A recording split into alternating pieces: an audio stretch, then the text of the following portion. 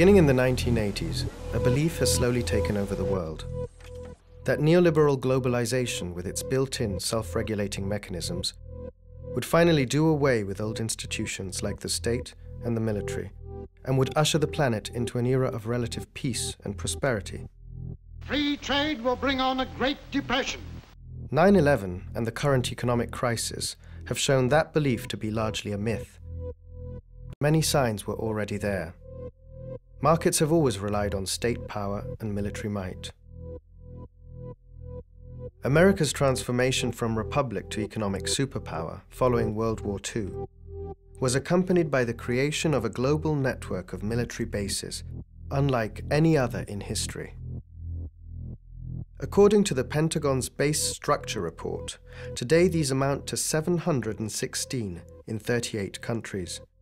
More than 250,000 soldiers are stationed on these bases. In addition to this, the US has a military presence in 110 countries around the world. A year after his election, Barack Obama approved the new administration's first military budget. This amounts to $680 billion, $30 billion more than Bush's last defense budget, and almost equaling the $787 billion set aside by the new administration for the economic crisis stimulus package. Why, despite the crisis, does the military budget keep growing? Are crises and military expansion related in some way? When we have different presentations or sometimes bands that come, or even when we have talent night, if we have people that want to show off their talent, we have a stage. We've done all sorts of things here, from a Halloween party, there's Christmas parties, there's other events that happen here at this center as well. Yeah, they have salsa classes, so I've never taken the salsa class.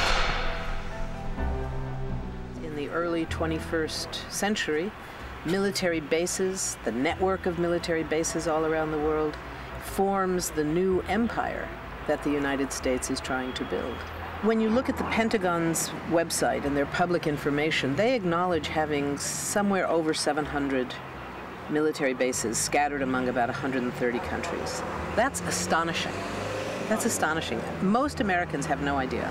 There are more than 250,000, more than 250,000 U.S. troops stationed on these bases all around the world. It's not illegal to tape, but I got to respect the manager's point of view. Those are the movies that we have, and the movies are free. The unit of empire in the classic European empires was the colony. The unit for the American empire is not the colony, it's the military base. Bases are the empire. They're the point of projection of power and expansion of power.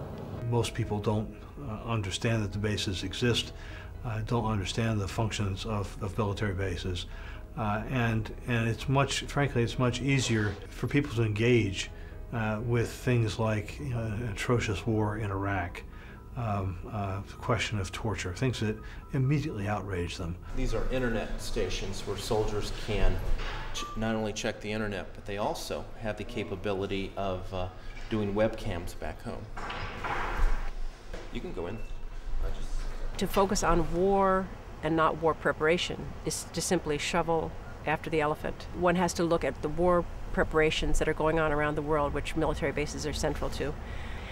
If one doesn't pay attention to that, then again, we can only deal with the symptoms, which is warfare. There's a saying that goes, when soldiers come, war comes.